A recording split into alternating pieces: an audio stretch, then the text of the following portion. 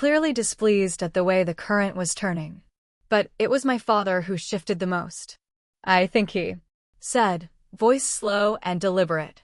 "We've underestimated what you've been building." All heads turned. He looked around the table. "We talk about legacy like it's something inherited, but maybe it's something earned." My mother touched his arm lightly, "Thomas." But he shook his head firm now. "No, she deserves more than our silence." He turned back to me. "Elena, I should have asked sooner. But I'm asking now, what have you built?" I could feel the lump in my throat, the heat rising behind my eyes, but I held steady. "You'll see," I said. But not because I want to impress anyone, only because finally someone asked without judgment. The room sat in that moment. Heavy, quiet, reverent. And for the first time in a long time, I wasn't the ghost at the Morgan table.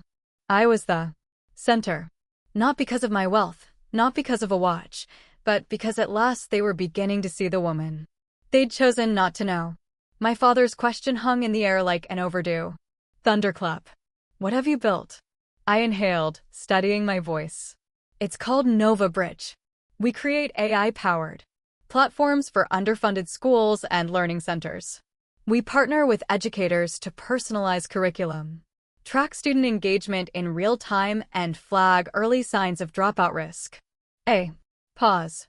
"We currently serve over 12,000 students across 48 districts in the U.S. and Southeast Asia. 3 national education ministries have adopted our platform. 2 UN programs use it in their refugee learning camps." Across the table, jaws didn't so much drop as quietly unlock. "We're in beta with a translation module that turns standardized tests into context-sensitive formats for neurodivergent students," I added. "And we just signed a multi-year contract with UNESCO to scale access across Francophone Africa." Dead silence. Julian barked out a short, incredulous laugh. "You're joking." I turned to him calmly. "Do I look like I'm joking?" He shook his head slowly. "You're saying that?" "What?" "You're a government contractor now." "No," I replied. "I'm a problem solver. Government is just one of our clients." Aunt Pamela leaned forward, voice tentative. "But you're a nonprofit, right?" "We're a hybrid," I explained. "Mission first with for-profit arms that license core tools to the private sector. All proceeds cycle back into the nonprofit infrastructure. We operate lean intentionally." My mother blinked. "And you built all of this alone?" "I had a team," I said. "But I founded it, funded it, and I still run it." My father looked stunned. "Why didn't you ever tell us?" I smiled thinly. "Because no one ever asked." That landed harder than I expected. Several relatives shifted in their seats, avoiding eye contact.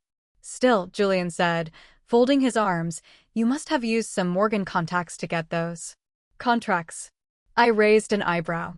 "Actually, Morgan Industries tried to block our licensing in 2018. His smile faltered when I looked around the room. "Your firm, Julian, filed a cease and desist, claiming our engagement analytics infringed on a patent you'd filed. The timing was inconvenient just as we were closing our first national contract." "That's," he began, but my father cut in. "Is that true?" Julian's jaw clenched. "It was a standard legal maneuver. We own dozens of IP claims. We protect them aggressively." "You tried to sink your sister's company?" my father said flatly. Julian scoffed. "I didn't even know she was behind it. She never used the Morgan name." "That was the point," I said quietly. The room had shifted again, this time sharply. Unmistakably. "You sued your own family," my mother said, horror dawning on her face. Julian turned defensive. "It wasn't personal. It was corporate. Besides, if her tech had merit, it would have survived." "It did," I said. "We won the arbitration, and that court ruling helped us secure funding from 3 major impact investors." My father leaned back, clearly processing. "You fought off a Morgan-backed legal team," I nodded. "Alone with Malcolm's legal advisor," I said. "And a lot of midnight ramen." A chuckle rose from someone, nervous, unsure, but it broke the tension. Aunt Cynthia muttered, "I had no idea." No one did, I said. Because that's how you survive when you're building something that doesn't fit the mold. You stay quiet. You stay focused. And you let the results speak. Julian looked like he wanted to vanish. You crushed $1 billion firm with pro bono counsel, my cousin whispered. I didn't crush anyone, I said. I just refused to be erased. The table sat with that. My father exhaled. I'm beginning to think I backed the wrong child. My mother gasped. Julian looked like he'd been slapped. But I shook my head. Don't say that. That's not the point. Then what is? He asked. I looked around. That there's more than one way to carry a name, more than one way to create legacy. Mine just didn't need marble lobbies or press releases. He nodded slowly, visibly moved. Melissa spoke next, her voice subdued. And the students, what happens to them if the funding dries up? We've structured it to sustain itself, I said. The private licensing arm covers the nonprofit's operational core. We don't rely on philanthropy. We build ecosystems. She gave a small, surprised nod. Then my father raised his glass, not theatrically, not for show, but with something close to reverence. To Elena, he said, to building something no one else could see until now.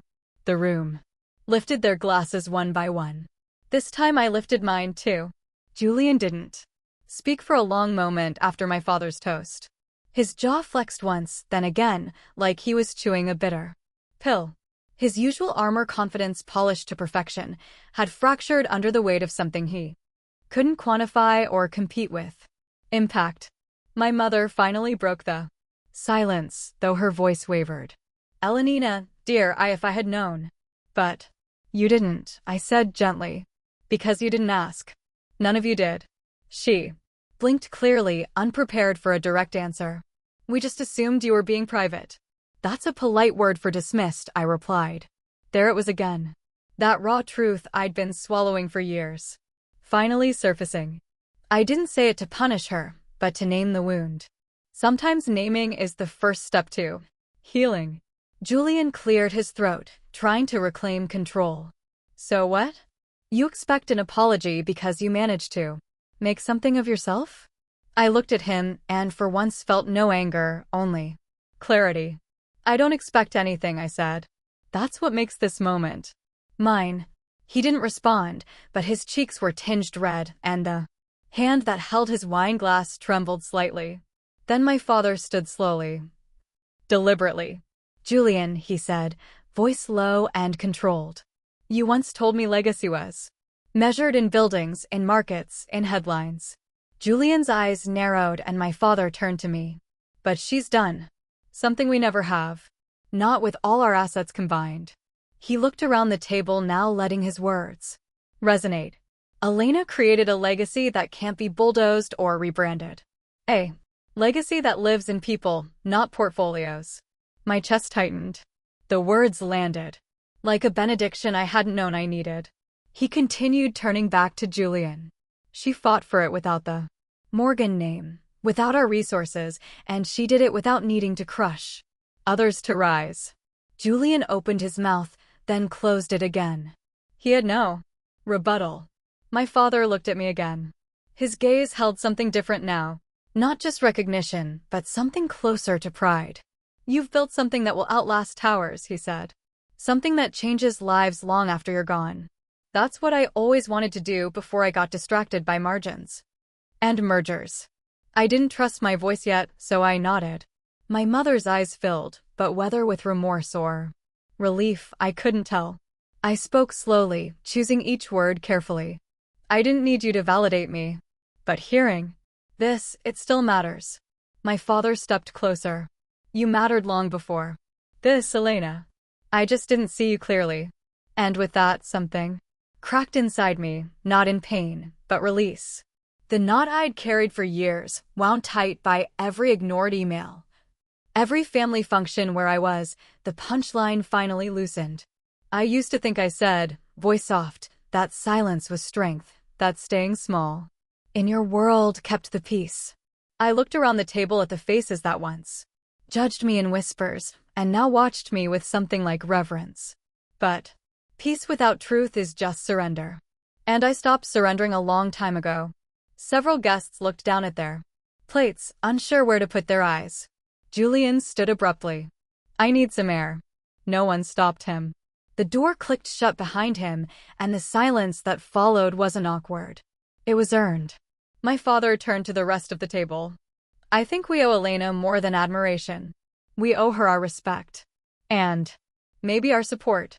He sat back down, and for the first time in my life, I saw him. Not as the CEO of the Morgan dynasty, but as a father trying. I placed my hand over the watch on my wrist, feeling its familiar weight. Malcolm would have said this wasn't vindication. It was transformation. He would have been right. The girl who walked into this room felt like a ghost. The woman who sat here now had come back to life. The room had changed. Suddenly, I was no longer the outsider, the black sheep, the one with principles but no power. Instead, I was a centerpiece surrounded, not by scorn but curiosity. Elena, Aunt Pamela said, leaning forward like a guest at a gala. Do you have any room in that foundation of yours for a scholarship? I know a promising young artist who could use a hand. It took me a second to process her tone. Sweet. Almost reverent. I'd be happy to review her portfolio, I said, keeping my voice neutral. Cousin Matthew piped up next. I have a contact at Bloomberg who'd love to do a feature on Nova Bridge, human impact angle. I can make the call if you'd like. This from a man who once told me over brunch that tech for social good was career. Cosplay. Even my mother was smiling now, the kind of smile reserved for society columns and ribbon-cutting ceremonies. Maybe we could host a fundraiser, she offered. Do it right here at the estate. Show our friends the good work you're doing. I nodded politely, heart ticking faster than the reed watch on my wrist. Then came Julian. He had returned from his air break, looking composed, even casual. Too casual. He walked over and extended a hand across the table. I owe you an apology, he said, voice smooth as poured cream. Truly, I was out of line and clearly underestimated what you've built. I stood slowly, hesitating before taking his hand.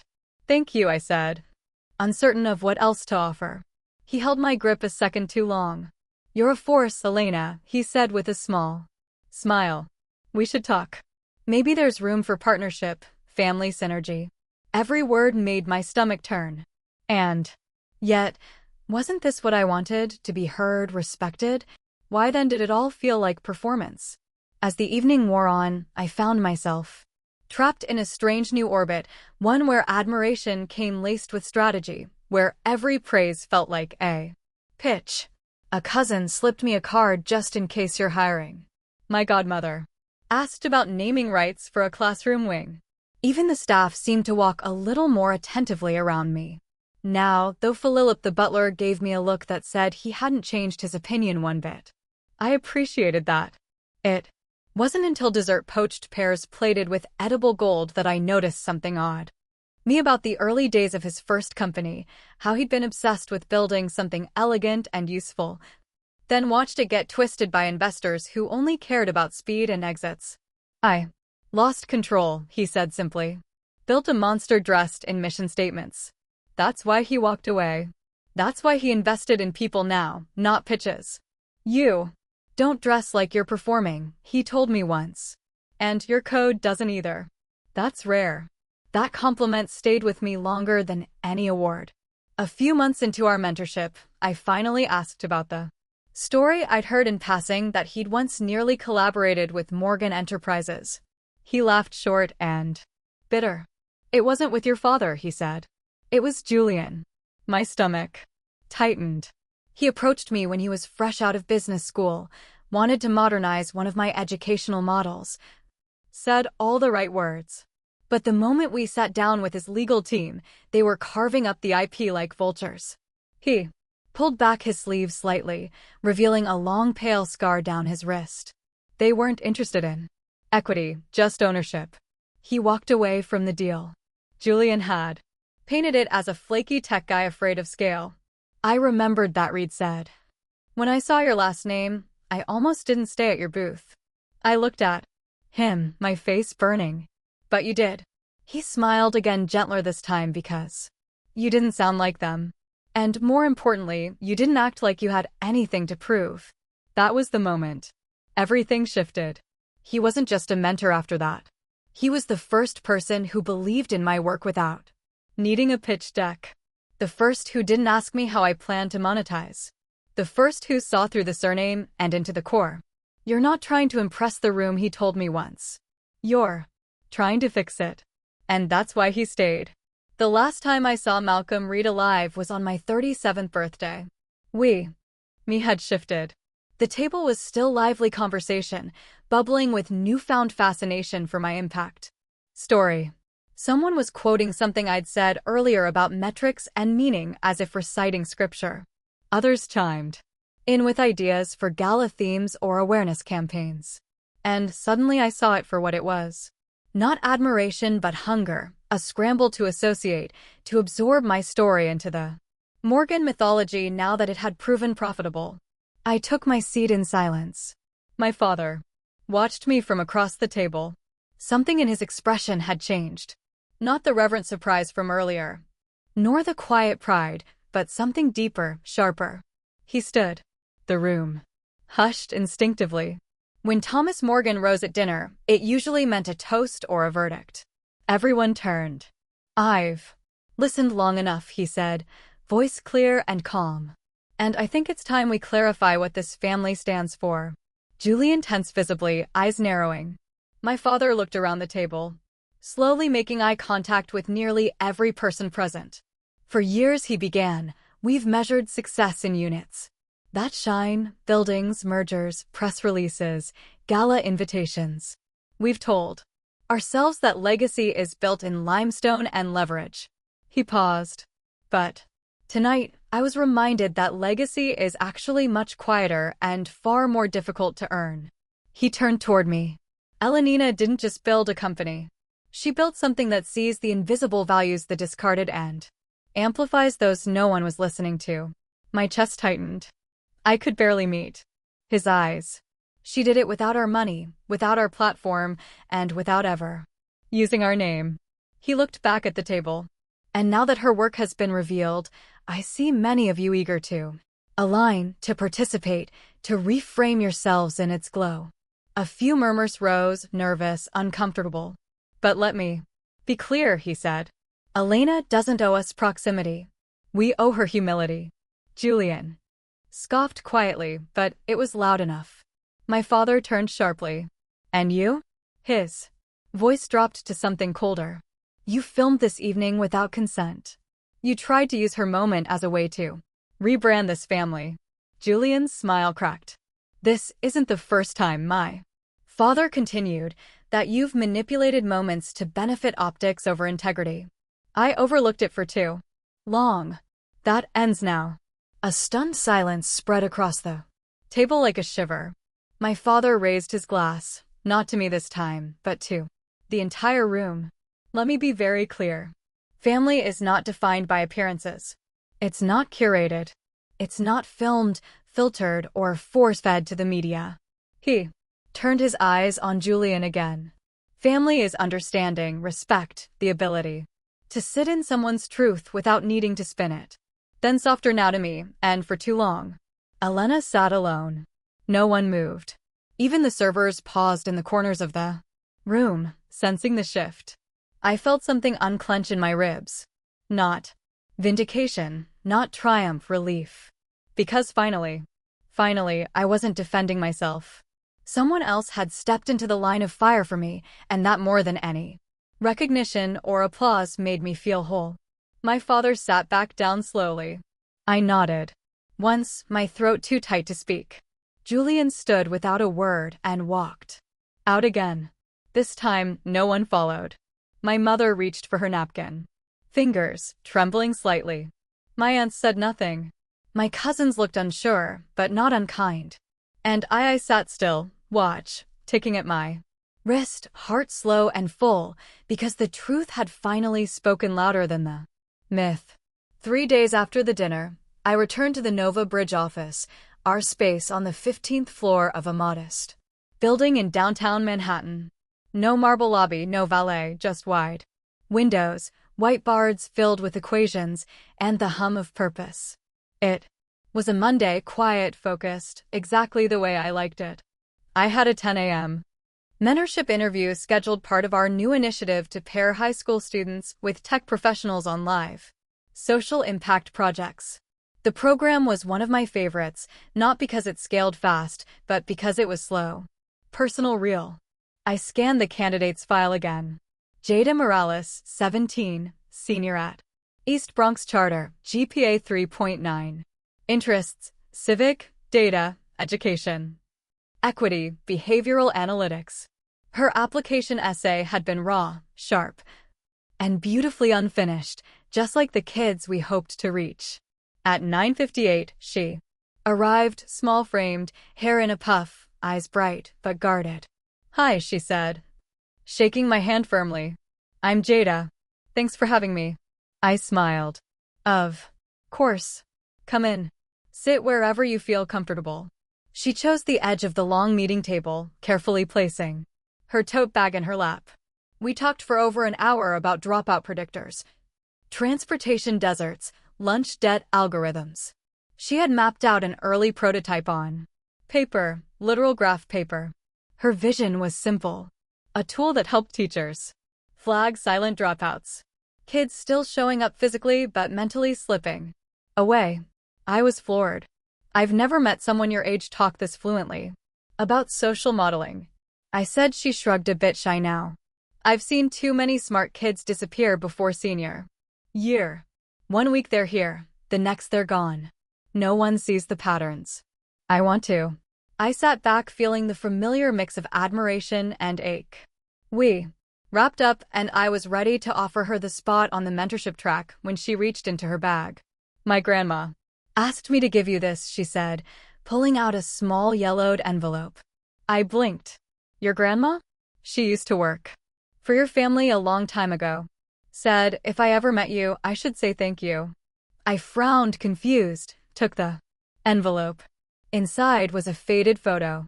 A woman in her 30s wearing a navy uniform, standing next to a much younger version of me in pigtails. I remembered that uniform. "Anna," I whispered.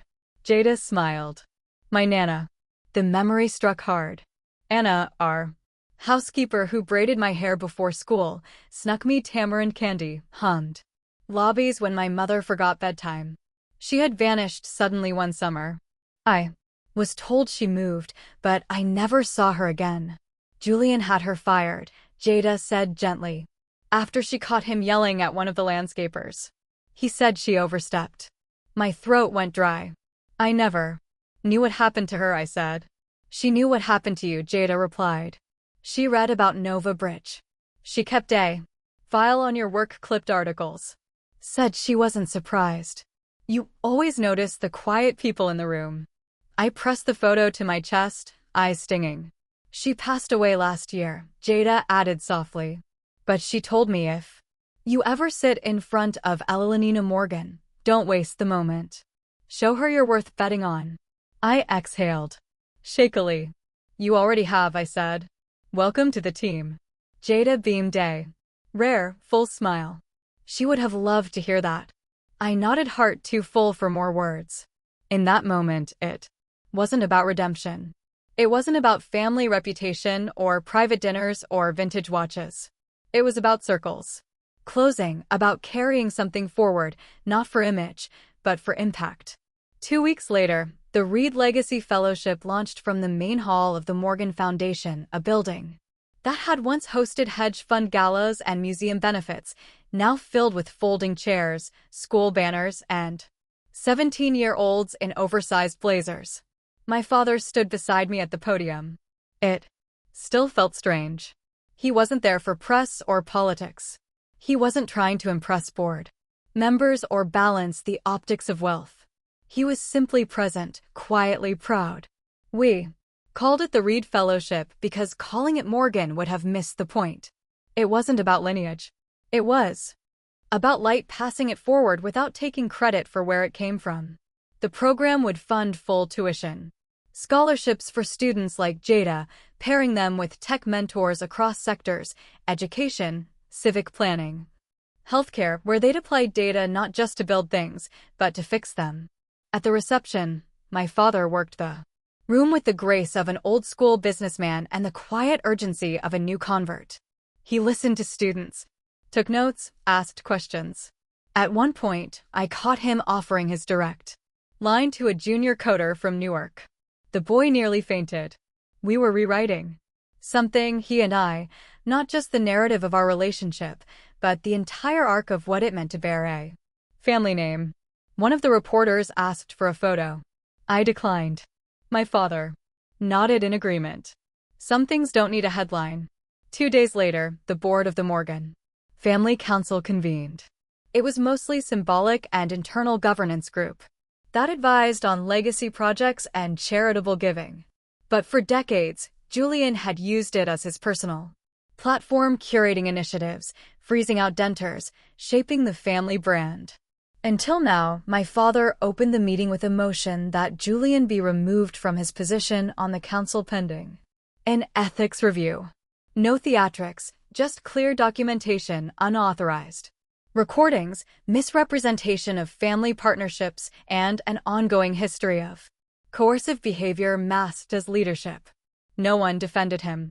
Julian wasn't even there. He'd taken a sabbatical. The motion passed. It wasn't revenge. It was redirection. Later that night, my father and I sat alone in the rooftop greenhouse he'd converted from an old terrace. Plants surrounded us, tomatoes, mint lavender. Things he now preferred over leather chairs and skyline views. I used to think legacy was what people remembered about you after you were gone, he said, staring at a pot of basil. But now I think it's what people carry because of you while you're still alive. I said nothing, just listened. You've given them something, he said. These kids, these educators, something I never did, not even with 100 buildings. You built things too, I said gently. He shook his head. But I never gave away my name for the sake of something better. You did. I looked down at my wrist. The watch was still there. Of course it was. It had never been about its worth, only its weight. And I carried it now, not as a symbol of rebellion, but as inheritance. Not from the family I was born into, but from the man who saw me before anyone else did. Do you miss him? My father asked every day. He nodded. I wish I'd known him better. You still can, I said. Through what we build next. He smiled softly. Then let's keep building. We sat in silence as the city lights blinked below, and for once I didn't feel the need to say more. Later, alone in my apartment, I placed the watch on my nightstand and stared at it for a long time, not because I doubted who I was, but because I no longer needed anyone else to confirm it. I thought of the dinner, the dismissals, the laughter, the silence, and then the shift. Not in their eyes, but in mine. I had arrived at that table unsure of my place. I left it knowing I had never needed one. Because some stories aren't about belonging. They're about becoming. And once you become, the need to be seen fades. What remains is what you give. What remains is who you lift. What remains is how you carry the weight quietly, steadily, without apology. And when you do, the value of that weight speaks for itself. No permission needed. They laughed when I arrived in an Uber, smirked at my thrift store blouse. One cousin whispered, "Still broke, huh?" And they all chuckled like I wasn't even there. But then my father's eyes locked on my wrist. "Is that Reed's number 3?" he asked, voice cracking. Forks froze midair. In a room full of polished wealth, it was that quiet relic on my arm that shattered every assumption. They thought I'd failed. Until one watch revealed a legacy they never saw coming. Let me tell you how.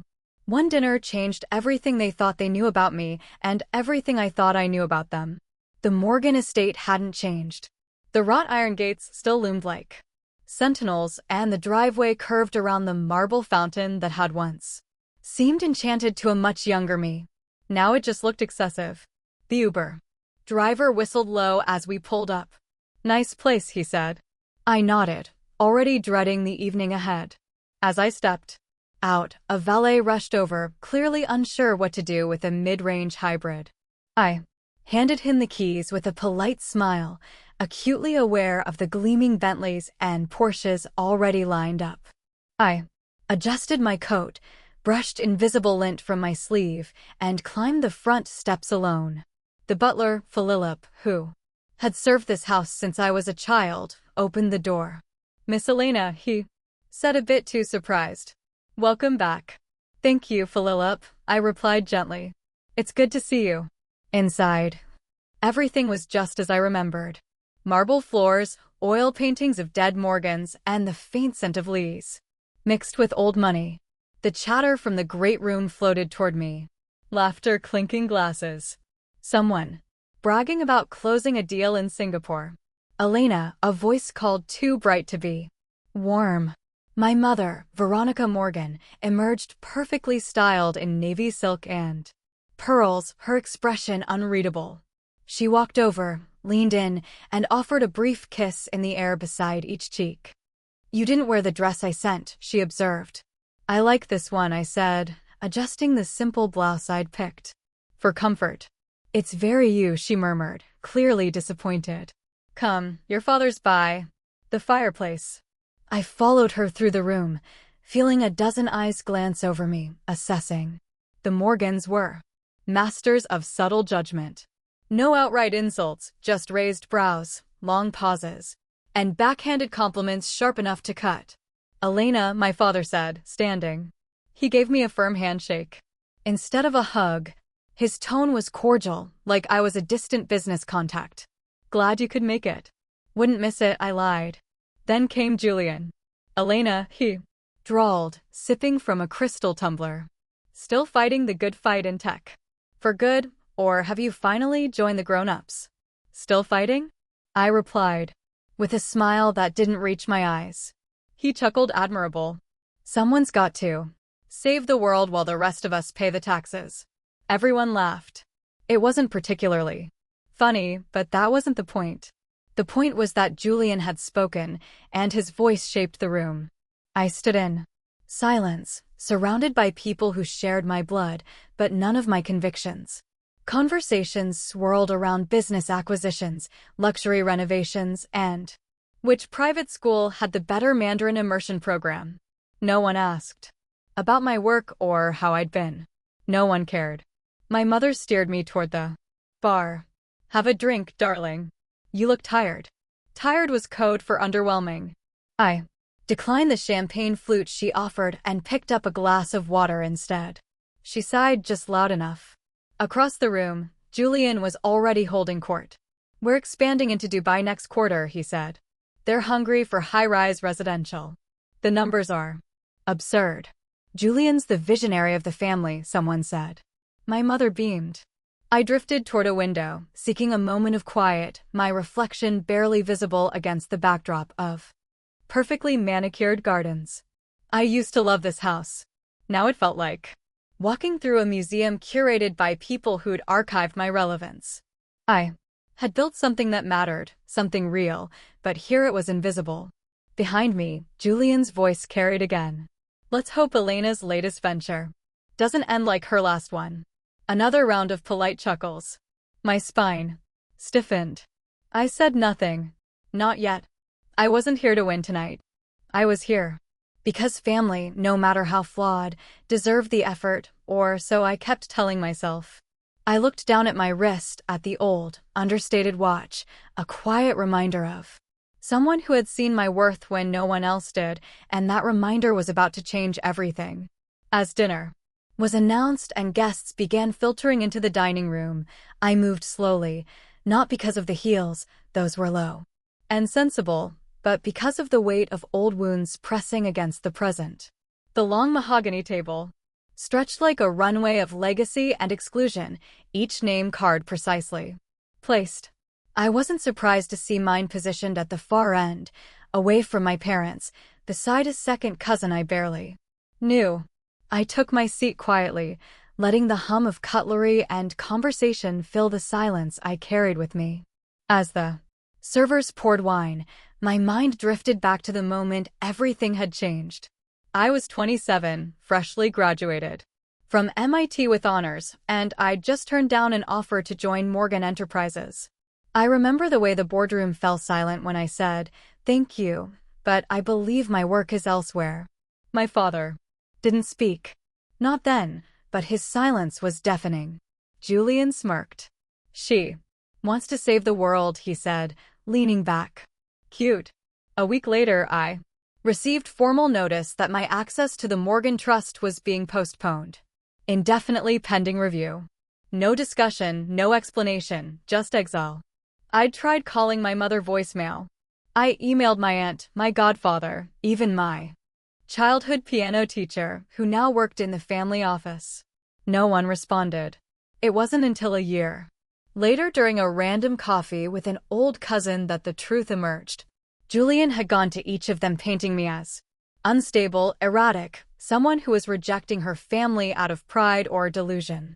He'd said I was a risk, that aligning with me could endanger their place in the Morgan hierarchy. And they believed him. Or worse, they didn't care enough to question it. That was the moment I stopped trying to explain myself. Back at the table, the first course arrived, seared scallops over parnip puree, plated like art. I pushed the food around gently, appetite dulled by the memories swirling like ghosts. Julian raised his glass. "To legacy," he declared, "to those who understand what it takes to carry a name forward." There were murmurs of agreement, a few clinks of crystal. No one looked at me. Legacy. That word had been weaponized in this family, not as a torch to be passed, but as a leash. I'd refused to be tethered to buildings and profit margins when I knew I could build something else, something that didn't just make money, but made meaning. I looked around the table at the people who had once called me brilliant, who'd toasted my early scholarships and science fair trophies. Now they acted as though I were a stranger with a tarnished surname. And yet beneath the table I ran my thumb over the edge of the watch's leather strap, grounding myself. I didn't come tonight to fit in. I came to remember why I no longer needed to. Julian caught my eye across the table, held it for a beat, then offered a condescending smile. He knew what this room did to me. But this time it would be different. This time I wasn't just the outcast. I was the storm, and no one saw it coming. Before Nova Bridge ever had an office, before the name meant anything to anyone, there was just a whiteboard and a co-working space and an idea I couldn't let go of. An idea about using machine learning not for profit margins, but for progress equity access solutions where bureaucracy had failed. That was when I met Malcolm Reed. It was at a small, underfunded data science summit in Boston. More folding chairs than velvet curtains. I was there with a poster board and a demo that kept crashing. I had no sponsors, no reputation, and the tech media barely looked my way. Dr. Reed was a keynote speaker that year, though no one expected him to actually attend anything outside his panel. He was notoriously elusive former tenor professor, founder of 2 unicorn companies turned semi-relive. After selling his second startup and donating half his wealth to educational reform. But somehow he ended up standing in front of my booth. I didn't recognize him at first. He wore the same faded flannel I'd seen in old Wired articles, and his badge just said Malcolm. I thought he was another burnt-out developer wandering between panels. He stared at my code, then at the map visualization on the screen. "You're correlating absenteeism with zip code infrastructure data," he said. It wasn't a question. I nodded, trying to predict dropout risk in underserved districts before it spikes. He didn't speak for a long moment. Then he smiled. "Everyone here is trying to make people buy faster. You're trying to make people stay." He stayed at my table for nearly an hour, asking questions that didn't feel like tests, but like doors opening. When he finally left, he handed me a small card with just his initials and a phone number. "Call me when you're ready to scale this," he said. It wasn't until that night, Googling in my rented room, that I realized who he really was. The next week I called him. The first time we met properly, it was in a library, not a corporate boardroom. He refused to meet in glass towers. "Good ideas don't grow under fluorescent light," he said. "Over old books and black coffee." he told. Met us. Always in his small study in upstate New York. It was a modest cabin nestled between trees and fog, where he said the Wi-Fi was just slow enough to keep him honest. The place smelled of cedar ink and thyme. He had insisted on cooking. The meal was simple rosemary potatoes and grilled vegetables plated like it was Michelin-starred. He poured 2 glasses of wine and raised his in a quiet toast. To being unbuyable, he said with a crooked grin. We talked for hours. About the students using Novbridge to build their own futures, about my latest headache with a procurement system that wanted to shove my platform into a compliance box it was never meant for. At some point, our laughter slowed. He grew quieter, more introspective. His hand trembled slightly as he refilled his glass. I hadn't seen that before. I've been thinking about the weight we carry, he said, staring into the fireplace. The things we wear that no one sees. Then he stood and shuffled to a drawer. From it he pulled out a small wooden box.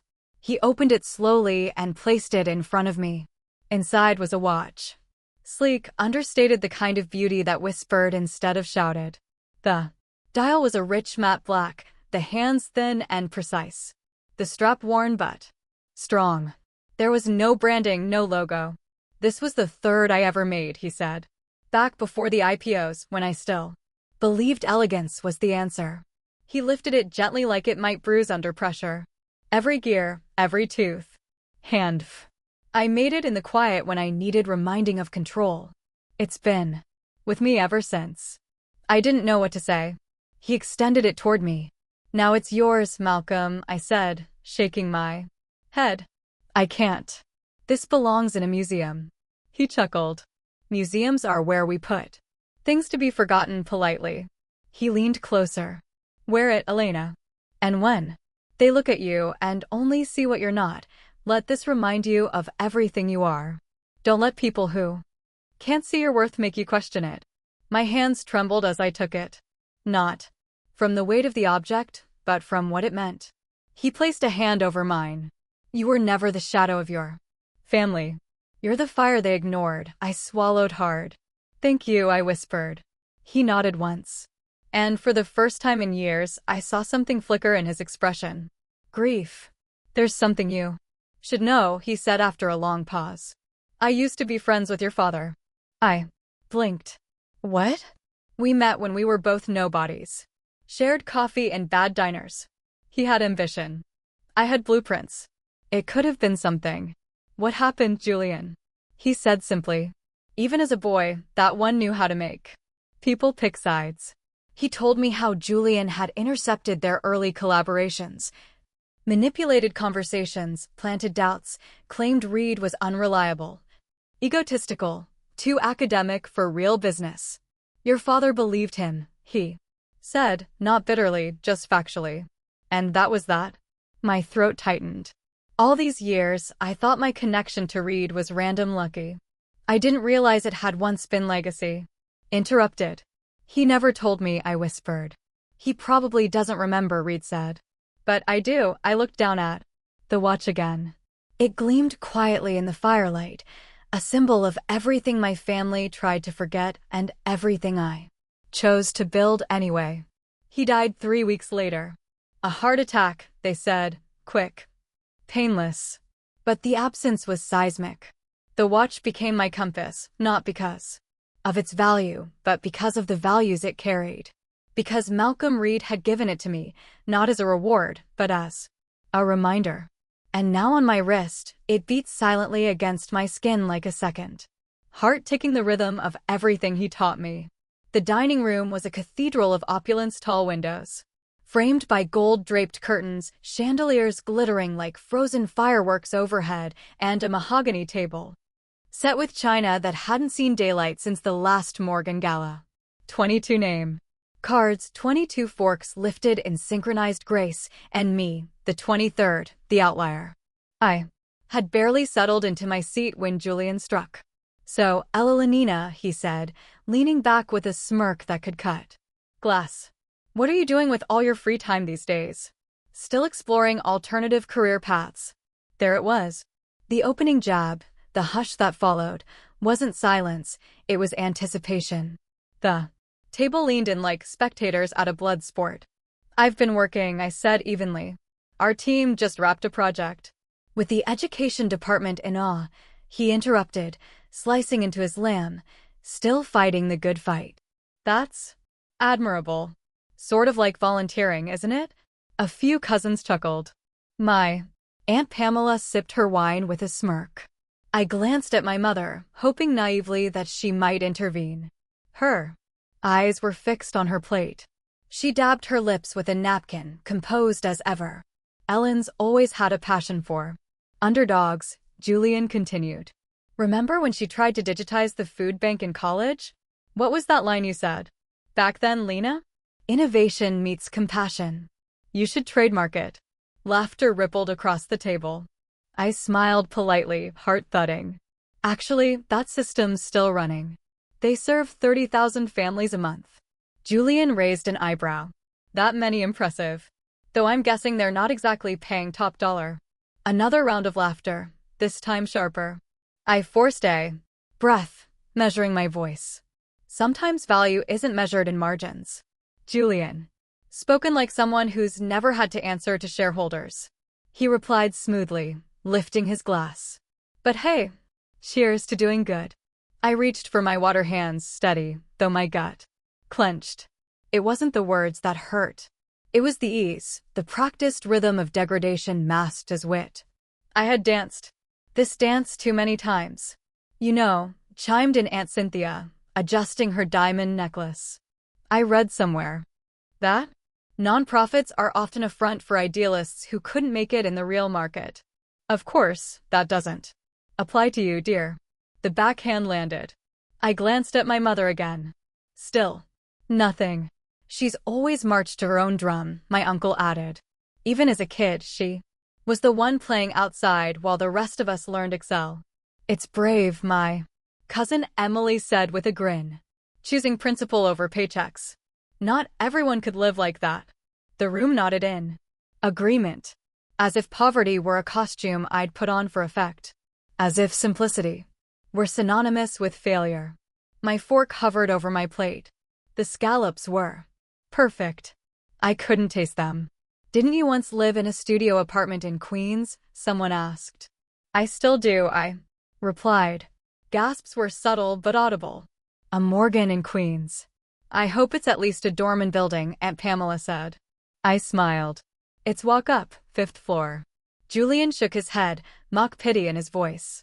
Elena, you know we'd help if you ever needed. I'm fine. I cut in sharper than I intended.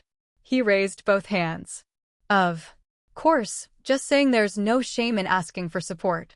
Family should be a net, not a wall. A net that only caught the ones who played by their rules. I bit back every retort. Let the silence answer for me. Across the table, someone tapped a crystal with a spoon. To the Morgans, they toasted to resilience, tradition, and knowing who we are. The glasses rose.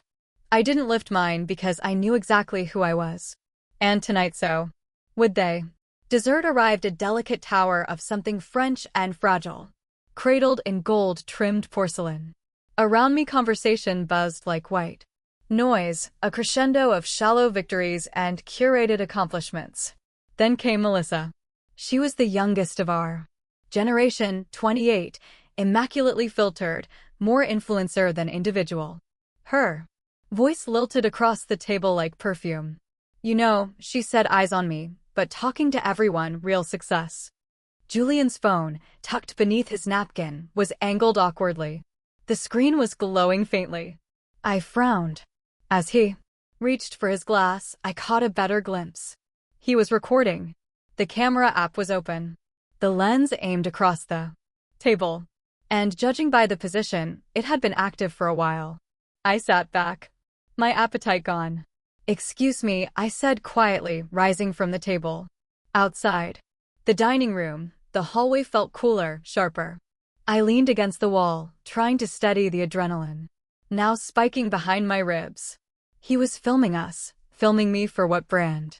Rehab leverage, a promotional clip to show how progressive and unified the Morgan family had become. So much for reconciliation. A moment later, I heard footsteps. Julian, he approached with that same controlled smile. Need some air too? I turned slowly. You're recording. He blinked. What, your phone? Under the napkin. The lens was aimed directly at the table. He chuckled as if I were a child making up stories. Come on, Elena. Don't be paranoid. I crossed my arms. What were you planning to do with the footage? His smile dropped just for a second, then returned. Just capturing a bit of family history. This is a moment, isn't it? Your big reveal. My throat tightened. You didn't ask. I didn't think I needed to, he said. You want visibility, right? Impact exposure helps. I want consent, I snapped. And integrity. Two things you still struggle with. He took a step back, hands raised. All right, I'll delete it. I want to see it deleted. He hesitated, then pulled out his phone, swiping with exaggerated motions until the video screen vanished. I didn't thank him because some things when violated don't deserve gratitude, only clarity. And I saw him now more clearly than ever. I returned to the dining room with Julian a few steps behind me, his smile carefully reapplied like a politician's mask. But something inside doesn't hide. I blinked, caught mid-sip. She leaned forward, manicured fingers resting lightly on her champagne flute. If I built something truly impressive, I'd want the world to know. Wouldn't you? A few others nodded, murmuring in agreement. Melissa smiled, but there was steel in her teeth. It's almost suspicious, isn't it? How little we know about what exactly Elena does. I help students and nonprofits, I said simply, but how she pressed. What exactly does your company do? Where's your office? Who funds you? You never talk about metrics, scale, reach. I do talk, I said. Evenly. Just not here. Because here the only metric that matters is flash. She tilted her head. And what's wrong with a little flash? Isn't visibility part of impact? My mother chose that moment to finally speak. Melissa has a point. Legacy requires presence. Silence can be confusing. My father remained quiet, swirling the last of his wine. I set my fork down. Appetite long gone. I didn't come here to defend my resume, I said. I came to honor this family even when it doesn't honor me. Julian snorted. You make it sound like we've exiled you. You have, I said calmly. The room quieted just for a breath. That's unfair, my aunt began. No, I said, it's precise. I stood. Slowly, the scrape of my chair on the marble floor than I intended. Excuse me. I turned toward the door. I wasn't going to cry. Not here. Not now. Elena. My father's voice stopped me. I paused, half-turned. He was staring at my wrist. Is that he began standing? His voice had shifted. No longer tired or detached. It carried weight now. History. I followed his gaze to the watch, partially visible beneath my sleeve. He walked toward me. Step slow, but sure. The room watched in stunned silence. He stopped in front of me, eyes locked on the timepiece. That's Reed's design, he said quietly. The third prototype. I remember the sketches, the movement signature. Only 5 were ever completed. My mother's brows furrowed. Reed, as in Malcolm. Reed. My father looked up, something new in his face. Recognition, reverence. Maybe regret. Where did you get this? He asked. I held his gaze. He gave it to me. Dead. Silence. You knew him? He asked. I worked with him. He was my mentor. Julian's glass clinked softly against the table. Wait, what? My father's voice was softer, now reverent. This watch, it's worth a fortune, but it's more than that. It's one of the last things he made by hand. I nodded. He gave it to me on my birthday. Said it belonged with someone who valued precision over pretense. The room shifted, its temperature, its tone. Something ancient and heavy stirred in the collective awareness. Julian's face twisted slightly. That's not possible. Reed cut ties with the family years ago. I met his eyes. Because of you. Another ripple of silence. I turned to my father. He told me what happened. How you used to be friends. How Julian broke. That? My father blinked. The truth settled like dust over old wounds. Melissa's voice, suddenly thin, tried to recover. Still, I mean, it's just a watch, right? No, my father said, his voice now commanding the room. It's not just a watch. He looked at me differently now, as if seeing a version of me for the first time, one that didn't need his name to mean something. Elena, he said softly, what exactly have you built? I took a breath, the kind that reaches back through years of silence and sacrifice. And for the first time, I was ready to answer. My father's fingers hovered near my wrist, reverent but hesitant, like he was reaching for something sacred. You're telling me Malcolm Reed gave you this? Yes, I said personally. It was the last piece he ever made by hand. The silence that followed wasn't just awkward. It was seismic. Conversations screeched to a halt. Wine glasses remained midair. Someone's fork dropped with a soft clink against porcelain, and no one even turned to see whose. My mother broke the stillness. Darling, you never mentioned you knew Malcolm. I didn't think it would matter. I said, eyes never leaving my father's. Not to this table. His gaze stayed rooted on the watch. Reed and I, years ago, before Julian even graduated, we talked about creating something together. He had ideas for data models that could revolutionize civic infrastructure. We were aligned. His voice dipped more to himself than to the room. He promised I'd receive one of his prototypes. Said he'd reserve one just for me. Julian stiffened. But I never heard from him again, my father finished. Now all eyes turned to Julian. He shifted in his seat, the corners of his mouth tightening. That was decades ago. Things changed. People grow apart. My father's eyes narrowed slightly. Did you ever speak to him, Julian? Julian gave a light, practiced shrug. I may have tried to connect once or twice when I joined the firm. It didn't lead anywhere. I assumed he'd moved on. I watched the micro-expressions flicker across my father's face. Doubt, confusion, then something older. Betrayal. Funny, I said softly, because Malcolm told me he walked away. After your meetings. Said the moment he saw the Morgan logo on a term sheet, he knew something was rotten. Julian's jaw tightened. He said you came with lawyers, not ideas. That you treated his life's work like something to acquire. And flip, that you made it clear you weren't interested in collaboration, just control. Julian looked to my mother, but she was too still. That's ancient history, he muttered, and completely subjective. My father turned from him back to me, his face unreadable, and yet. He gave it to you. I nodded because I listened. I didn't try to own him. I just learned from him. He studied me, not with suspicion, but with the kind of intensity that comes when something buried for too long is suddenly unearthed. Did you know, he said after a pause, he was the one who convinced me to invest in urban school renewal programs in the early 90s? I blinked. No, he told me, your buildings will crumble someday. Make sure your impact doesn't. I forgot that until now. His voice cracked on the last word. Around us. The table remained frozen. This was no longer a dinner. It was a reckoning. Julian cleared his throat, a dry, defensive sound. We're really turning this into a eulogy over a vintage watch. My father snapped his head toward him. You knew how much that prototype meant to me. You knew. And what would you have done with it?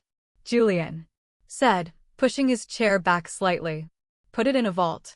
Hang it behind glass. At least now it's being used. That's the point, I said. He didn't want it locked away. He gave it to someone who'd wear it, who'd remember what it meant. My voice dropped. And that's exactly why. You never received it. Julian's eyes narrowed. And you think that makes you better than this family? No, I said. I think it means someone I admired saw something in me that this family never did. My father flinched, but didn't disagree. He looked down at the watch once more, then back up, a strange mix of sadness and awe in his eyes. He always said, legacy wasn't what you leave behind. It's what you pass on while you're still here. And for the first time, in a room where I'd always been invisible, I felt seen. The silence that had blanketed the room, now buzzed with something electric, shifting weight, uncertain footing. I could feel it in the air, like the moment before a storm breaks. My father's straightened eyes, never leaving my wrist. Do you have any idea what this is worth? I hesitated, then nodded. Malcolm told me. Not the exact figure, but he hinted. He exhaled slowly. That prototype was appraised at over $2 million 10 years ago. God knows what it would go for now, especially after his passing. A few gasps broke through the hush. My aunt's wine glass wobbled against the rim of her plate. Melissa visibly swallowed. Julian shifted in his seat, his confidence eroding with every passing second. It's insured, I added calmly. But not because of the price tag. My father tilted his head. Then why were something so rare, so irreplaceable? I met his gaze. Because that's what Malcolm wanted. He believed beautiful things should be lived in, not locked away. Legacy isn't for shelves, it's for people. For a moment, no one responded, then softly from my mother. But surely it would be safer somewhere else. I turned to her. Safety was never the point. Meaning was. She blinked, unsure how to respond. The energy in the room began to shift. It was subtle at first. A cousin leaning forward and aunt now nodding thoughtfully. I watched the familiar choreography of judgment start to falter. You've been wearing it all this time? Asked Emily, her tone no longer mocking, but curious. Every day, I said. Through every client pitch, every product launch, every long night, I questioned if this path was worth it. And no one noticed. Someone muttered near the end of the table. Exactly. I wasn't trying to hide, I said. I just didn't need to prove anything. My father studied me again. He gave it to you because he trusted you with more than an object. He gave it to me, I said, my voice steady, because he saw that I wouldn't measure its value in headlines or auction houses. A long silence. Then Aunt Cynthia, who once dismissed my entire career as a noble little hobby, cleared her throat. You know, I always admired Malcolm. He had integrity. The words sounded foreign in her mouth, but I appreciated the effort. I remember when Forbes ran that piece about his refusal to sell to defense contractors, someone else added. Cost him billions. Made him a legend, another agreed. Julian leaned back, arms crossed.